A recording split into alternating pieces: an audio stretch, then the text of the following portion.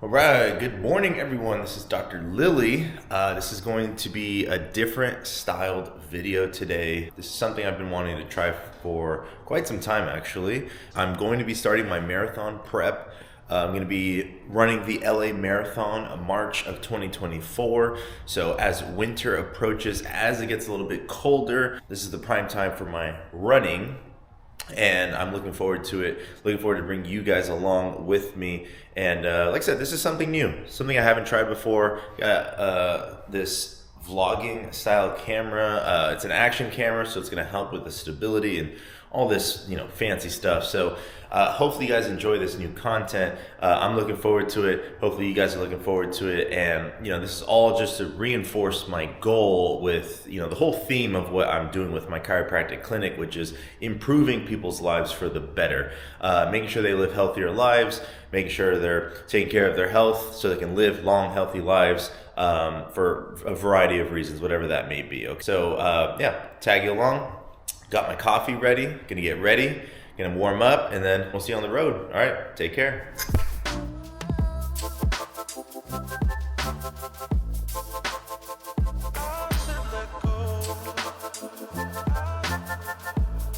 All right, so one thing I love and absolutely need to do, something I advise all my patients to do, is getting a foam roller, good quality foam roller, and utilizing it before they work out, before they do any type of exercise, or even in the morning or at night before they go to bed. This right here is the IntelliRoll. This is actually designed by a chiropractor, I believe, and I supported that, and it's a lot of great things that you can utilize it for.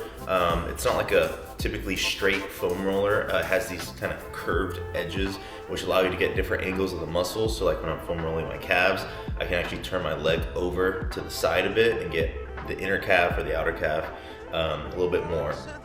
There's this centerpiece right there where you can actually safely put your spine, and then on the sides here actually rolls out the muscles. We call those the paravertebral muscles, the muscles that run right alongside your spine. Sometimes you can get a few good pops in there. Someone like me who, if I can't get to a chiropractor or one of my colleagues to adjust me, actually use one of these to help get some temporary relief, get some more mobility in my spine and whatnot. I did it last night before I went to bed, slept like a baby, and I religiously use these before I go for a run. So if you don't have any knowledge on how to use these, I'll show you, I'll make a couple videos on it on my Instagram, maybe have some YouTube shorts, and we'll go from there. All right, everyone. So just started my morning run. So for my runs, I actually like to start with a 5-minute warm-up. And obviously, before that 5 minutes, Obviously, before that 5 minutes, I like to do a lot of prep work, like to foam roll. Didn't include any of the stretches or mobility exercises, or even part of the warm-up exercises that I like to do. But anyways, I like to do a lot of that and just start with my morning run, 5 minutes long. For my running program, I don't do my own programming, but I do have the Garmin. And the Garmin has several esteemed running coaches that you can choose from. Forget the coach that I'm using, but they have awesome programs there, so I just use those. Right now, my training program is revolving around a 10K, which is about 6.2 miles. So that's just for now. That program technically is going to be ending, I believe, the first week of November. So that's just to get my aerobic base up and get my legs under me. And then after that 10K, running 6 miles fairly consistently, we're going to jump right into official marathon training. Let's go. Now, as far as training goes, as far as today's run, it starts with a 5-minute warm-up. Usually I'm running at like a 12-minute pace. Just get the legs moving, especially in the morning.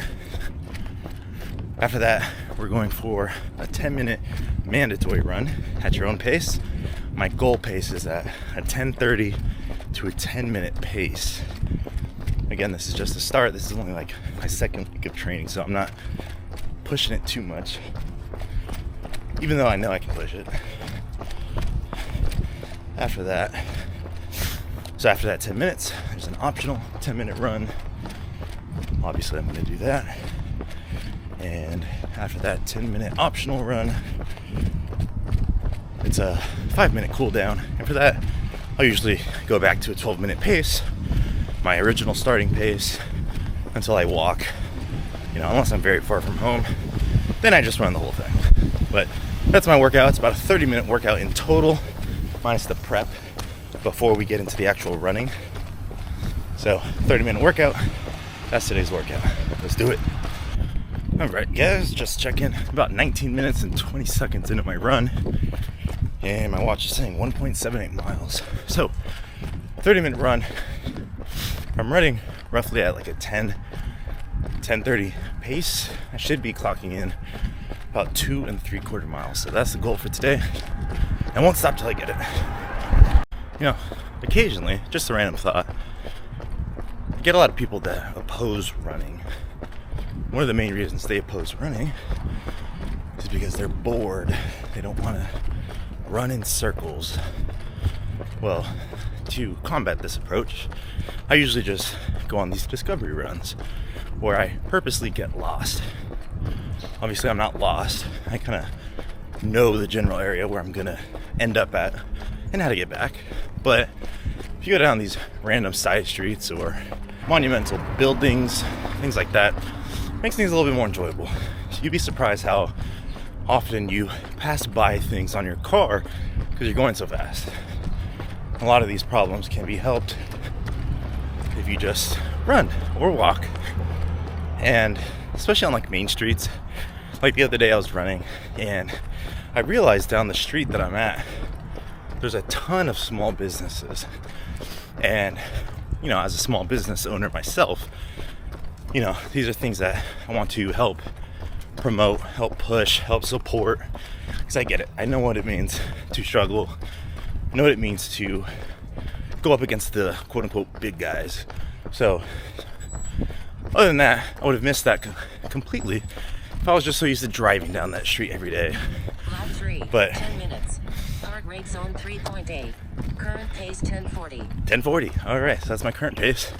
So I have my Garmin synced up to my phone. So whenever I do workouts like this, set the timer. Every 10 minutes, it'll start like a new lap, and it'll actually give me updates on my heart rate, my pace, things like that, which make it very beneficial in the middle of running. I don't have to look at my watch. I can just listen to it. It also helps when you have earphones or earbuds, AirPods, whatever, because that sound will just get transmitted right into my ear. But other than that, got about 4 minutes left on this run. Gotta head back home now. All right, everyone, that was the end of my run. Clocking in a little over 30 minutes. I did get the 2 3/4 mile goal. By the time I actually end my watch, might be a little under 2.9. So anyways, good run. Lots of things to learn about, talk about, and improve for my next run. So usually run about 4-5 times a week. So yeah, stay tuned for the next one, you guys. Thanks for following along.